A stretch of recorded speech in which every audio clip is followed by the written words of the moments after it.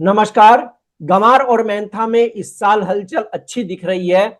El Nino की वजह से यह साल एग्री कमोडिटी का वर्ष होने तक की बातें कही जा रही है।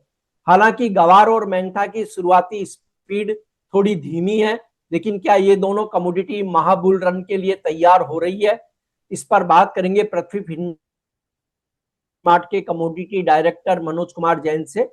मैं हूं कमल शर्मा। मनोज जी, आपका स्वागत है मोलतोल में। नमस्कार कमल जी। जी नमस्कार मनोज जी। गंवार के बारे में कहा जा रहा है कि पुराना स्टॉक काफी कम है। क्या इस बार वाकई सप्लाई की कमी कीमतों को रॉकेट बना सकती है? देखिए, जहां तक ग्वार का सवाल है तो हम बिल्कुल यहाँ पे देख रहे हैं कि फंडामेंटली ये कमोडिटी मजबूत है। जहां पे हम देख रहे हैं कि सप्लाई को लेकर के जो है धीरे धीरे कंसर्न्स बनते हुए दिख रहे हैं। और साथ ही यहाँ पे इस वर्ष एल नीनो के प्रभाव से वहां पे उत्पादन भी कमजोर रहने की संभावनाएं जताई जा रही है। जहां तक एक्सपोर्ट मार्केट का सवाल है तो यहाँ हम देख रहे हैं कि जो वेस्ट एशिया के कॉन्फ्लिक्ट थे उसके बावजूद हमने एक्सपोर्ट में कोई बड़ी गिरावट आते हुए नहीं देखी है। और अब जहाँ की यूएस और ईरान के जो कॉन्फ्लिक्ट है वो ग्रेजुअली ईज होते हुए दिख रहे हैं, शिपिंग ऑपरेशन फिर से नॉर्मलाइज हो सकते हैं, तो उसके चलते आने वाले महीनों में जो डिमांड है एक्सपोर्ट की उसमें भी सुधार देखने को मिल सकता है। तो ओवरऑल जो फंडामेंटल्स है वो इस कमोडिटी के लिए काफी सपोर्टिव है। और इसीलिए हम देख रहे हैं कि कीमतों में एक अच्छी रिकवरी यहाँ देखने को मिली है, जो कि नीचे में हमने कीमतों को लगभग 4,500 600 तक जाते हुए देखा था। वहां से अपने एक बढ़त जो है 6,300 के ऊपर तक ग्वार सीड में आते हुए देखी थी जुलाई मंथ में। उसके बाद से ऊपरी लेवल से एक फिर करेक्शन हमने आते हुए देखा, जहां कीमतें 5,800 के स्तर को टेस्ट कर कर अभी वर्तमान में 6,000 के स्तर के ऊपर ट्रेड हो रही है। तो निश्चित रूप से मजबूत फंडामेंटल और एल नीनो के प्रभाव को देखते हुए जो फंडामेंटल है ग्वार के वो काफी मजबूत है। और यह जो वर्ष है ये ग्वार सीड के लिए एक बेहतर वर्ष जो है साबित हो सकता है। कमल जी। जी। और ग्राउंड रिपोर्ट के मुताबिक मनोज जी, कई इलाकों में बुआई पर असर पड़ा है, क्योंकि बारिश का जो वितरण है वो समान नहीं है, बहुत अच्छा भी नहीं हुआ कई जगह। तो क्या उत्पादन में संभावित कमी का फायदा गंवार किसानों को इस सीजन में मिलेगा? देखिए, अभी जो राजस्थान सरकार के जो बुआई के आंकड़े आए हैं वो यहाँ पे जो प्रोग्रेस है वो बेहतर बता रहे हैं, लेकिन हम देख जी। रहे हैं कि जो रेनफॉल का जो डिस्ट्रीब्यूशन है वो काफी अनइवन है। राजस्थान की अगर बात करें, और सबसे बड़ी जो क्रॉप की जो पैदावार होती है ग्वार की वो राजस्थान में ही होती है, तो निश्चित रूप से वहां पे उत्पादकता में जो है कमी देखने को मिल सकती है। और उस लिहाज से यहाँ पे जो ग्वार सीड की कीमतें हैं वो वर्ष 2026-27 के क्रॉप ईयर में बेहतर जो है रह सकती है। जी। और गंवार गम की विदेशी मांग कैसी है? क्या निर्यात के आंकड़े पिछले साल के रिकॉर्ड को तोड़ पाएंगे या ग्लोबल स्लोडाउन का असर देखने को मिलेगा? देखिए, अभी तक यहाँ पे एक्सपोर्ट की जो डिमांड है उसमें कोई गिरावट देखने को नहीं मिली, जबकि हम देख रहे हैं कि पिछले 4 महीनों से यूएस और ईरान के बीच में वहां पे तकरार जो है बढ़ी हुई थी, और उसके चलते जो शिपिंग लागत है वो बड़ी मात्रा में बढ़ती हुई नजर आई थी। उसके बावजूद हमने एक्सपोर्ट में कोई गिरावट आते हुए नहीं देखी। अब जहाँ की ये जो संभावना है ये वहां पे ईज होती हुई दिख रही है, तो निश्चित रूप से जो डिमांड है उसमें सुधार देखने को मिलेगा। तो हमारा मानना है कि डिस्पाइट यहाँ पे जो ग्लोबल इकोनॉमिक स्लो डाउन की चर्चा हो रही है उसके बावजूद यहाँ पे जो ग्वारगम का जो डिमांड है वो बेहतर रहेगा, और एक्सपोर्ट डिमांड भी वहाँ पे आने वाले महीनों में सुधर सकती है। तो ओवरऑल यहाँ पे जो ग्लोबल स्लो डाउन की बातें हो रही है उसके बावजूद जो ग्वारगम की डिमांड है वो वर्ष 2026-27 के क्रॉप ईयर में बेहतर रह सकती है, क्योंकि जो कच्चे तेल की डिमांड है वो भी सुधार देखने को मिलेगा।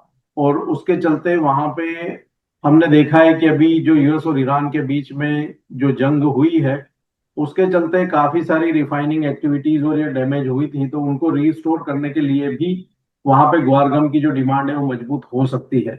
तो डिमांड यहाँ पे बेहतर रहना चाहिए आने वाले क्रॉप ईयर में। जी।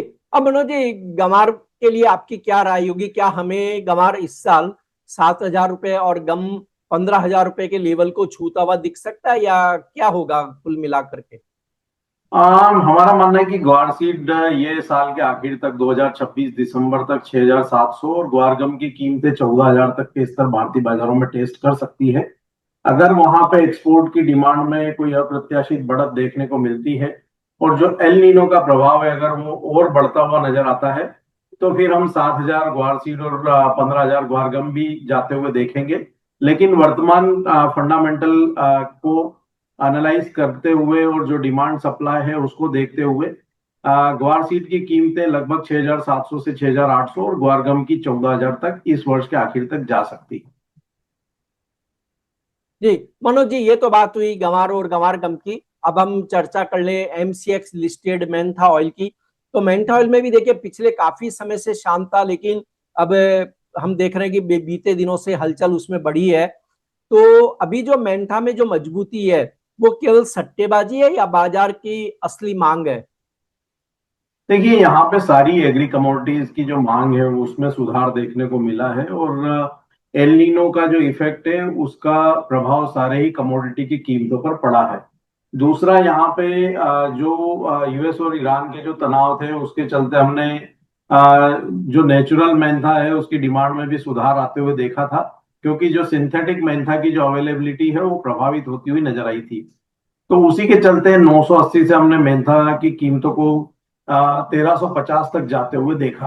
अब हम देख रहे हैं कि यहाँ पे जो यूएस और ईरान के बीच में तनाव कम हो रहा है, तो उसी के चलते यहाँ पे जो सिंथेटिक मेंथा जिसकी आपने बात कही है, अगर वहां पे उसकी सप्लाई फिर से बहाल होती है तो वो नेचुरल मेंथा के लिए एक नकारात्मक फैक्टर रहेगा और इसीलिए हमने देखा कि जो कीमतें 1357 तक पहुंच गई थी वो वापिस 1235 के स्तर पर लौटती हुई नजर आई है। तो वर्तमान यहाँ पे फंडामेंटल को देखते हुए हमारा मानना है कि कीमतें अब यहाँ पे 1100 से 1350 का जो दायरा है उसमें बनी रह सकती है और अगर सिंथेटिक मेंथा की अवेलेबिलिटी में सुधार आता है तो वो यहाँ पे मेंथा की कीमतों के लिए एक नेगेटिव जो है फैक्टर का काम करेगा और उसके चलते कीमतें फिर एक बार ग्रेजुअली करेक्ट होते हुए 1100 तक के स्तर तक भी पहुंच सकती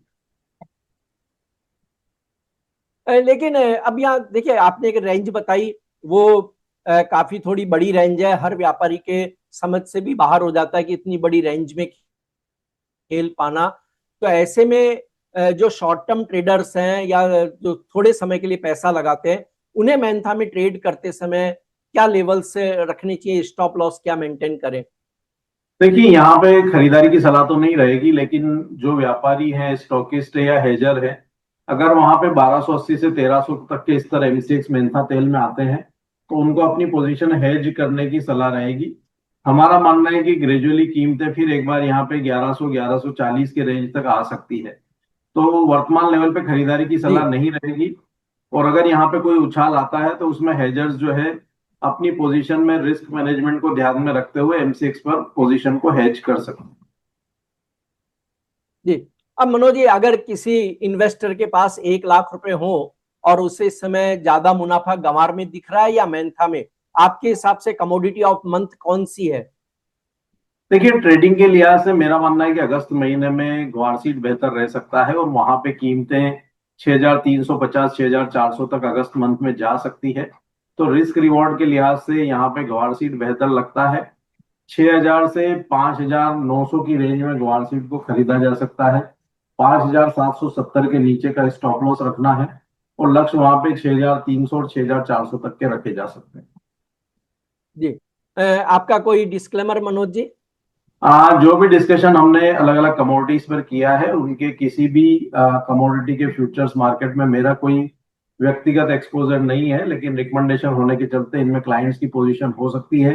एग्री कमोडिटी मार्केट अभी काफी वोलेटाइल है और ग्लोबल न्यूज का यहाँ पर डायरेक्ट प्रभाव पड़ता हुआ नजर आता है। तो ऐसे में कोई भी निवेश या ट्रेड की रणनीति क्लाइंट बना रहे हैं तो उनको सेबी रजिस्टर्ड वित्तीय सलाहकार की सलाह से ही रणनीति बनाने की सलाह रहेगी। जी आपका धन्यवाद, शुक्रिया मनोज जी। कमोडिटी मार्केट में हर मिनट बदलता है मौका। खबर से पहले संकेत चाहिए? मोल तोल मुनाफे की बात। कमोडिटी ट्रेडर्स का स्मार्ट न्यूज ऐप अभी डाउनलोड करें।